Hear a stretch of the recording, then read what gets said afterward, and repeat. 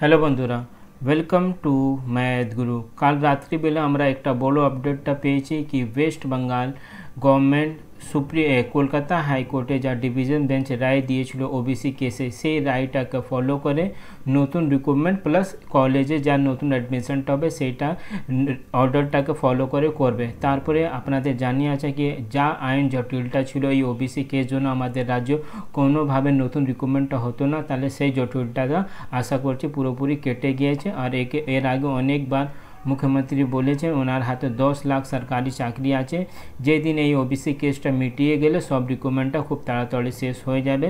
আর কালকেই আপনাদেরও news channel মাধ্যমে আপনারা আশা করি আপনারা দেখেছেন যেখানে ক্যাবিনেট মিটিং হয়েছে, যেখানে মুখ্যমন্ত্রী সবাইকে একটা অর্ডার দিয়েছে কি যে ডিপার্টমেন্টে যত ভ্যাকেন্সি খালি আছে সেইটাকে খুব তাড়াতাড়ি ফিল আপ করা হোক। তার মধ্যে সবথেকে বেশি যে ডিপার্টমেন্টের রিক্রুটমেন্ট হবে যা নিউজ চ্যানেল মাধ্যমে আমরা শুনেছি স্বাস্থ্য, আপনাদের আপনাদের হেলথ, এডুকেশন আর পুলিশ ডিপার্টমেন্টে সবথেকে বেশি রিক্রুটমেন্টটা আমরা দেখতে পারবো। এর আগে অনেকবার মুখ্যমন্ত্রী বলেছে 1 লাখ থেকে বেশি টিচার ভ্যাকেন্সি ওনার হাতে আছে, কিন্তু এই ওবিসি মামলার জন্য রিক্রুটমেন্টটা করা যাচ্ছে না। কিন্তু আশা করি যখন এই ওবিসি মামলাটা মিটিয়ে গেছে নতুন টিচার রিক্রুটমেন্টটা খুব তাড়াতাড়ি আমরা দেখতে পারবো। তারপরে অনেক এমনি ক্যান্ডিডেট যারা আমাকে বলছে কি স্যার কোন ওবিসি সার্টিফিকেটটা ভ্যালিড আছে আর কার ওবিসি সার্টিফিকেটটা কলকাতা হাইকোর্ট থেকে বাতিল করা হয়েছে।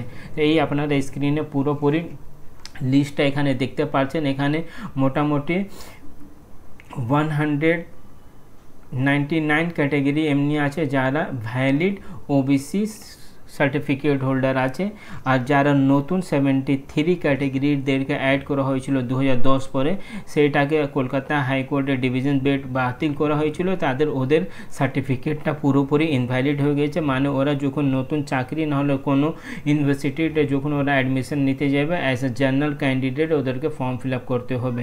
তো এই পুরো লিস্টটা আমি নিজের টেলিগ্রাম চ্যানেলে আপনাদের সাথে শেয়ার করে দেবো। আপনারা ভালো করে আপনাদের ওবিসি সার্টিফিকেটে কোন ক্যাটেগরি দিয়ে মেনশন আছে আপনারা এই লিস্ট থেকে মিলিয়ে নেবে।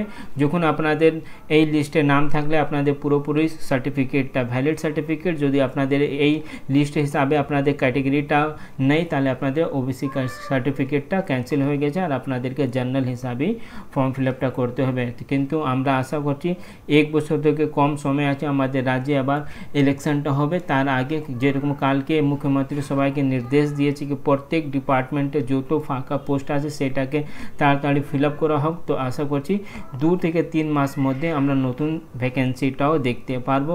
সব থেকে বেশি যা আমি আবার জানিয়ে দিচ্ছি হেলথ, এডুকেশন আর পুলিশ ডিপার্টমেন্টে সব থেকে বেশি রিক্রুটমেন্ট হবে। এর আগে পুলিশ ডিপার্টমেন্টে কনস্টেবল ফর্মটা অলরেডি ফিল আপ করা হয়ে গেছে, কিন্তু সেখানে ওবিসি জটিলতার জন্য সেই এক্সামে পরীক্ষাটা নেওয়া যাচ্ছিল না, কিন্তু আশা করছি কনস্টেবল পরীক্ষাটাও খুব তাড়াতাড়ি হয়ে যাবে। প্লাস 2023-এ যারা টেট এক্সামে পরীক্ষা দিয়েছে তাদেরও রেজাল্টটা বের হয়েছিল না এই ওবিসি মামলার জন্য, কিন্তু এই ওবিসিটা যখন মামলাটা পুরোপুরি শেষ হয়ে গেছে তাহলে 1 থেকে 1.5 মাস মধ্যে টেট রেজাল্টটাও আমরা দেখতে পারবো। কিন্তু টিচার রিক্রুটমেন্টও অনেক আলাদা আলাদা জটিলতা আছে, আপনাদের জানা আছে। প্রাইমারি থেকে সেকেন্ডারি অনেক কেস সুপ্রিম কোর্ট থেকে হাইকোর্ট অলরেডি চলছে। তো দেখা যাক এই মাঝখানে কি আমরা নতুন রিক্রুটমেন্টটা পাবো কি পাবো না, কিন্তু আশা করছি 2024 আগে যা ইলেকশন আগে ঠিক আমরা প্রাইমারি থেকে হায়ার সেকেন্ডারি পুরো ভ্যাকেন্সিটা আমরা দেখতে পারবো। কিন্তু এই মাঝখানে এসএসসি অলরেডি নতুন ভ্যাকেন্সির জন্য অ্যাডভার্টাইজমেন্টটা বের করে দিয়েছে নন টিচিং স্টাফ আর প্রাইমারি আর আপার প্রাইমারিটা দেখা যাক কখন ভ্যাকেন্সিটা আসছে। যখন নতুন ভ্যাকেন্সিটা আসবে আমি আপনাদেরকে জানিয়ে দেবো। চ্যানেলে যদি আপনারা নতুন থাকলে চ্যানেলকে সাবস্ক্রাইব করুন। Thank you.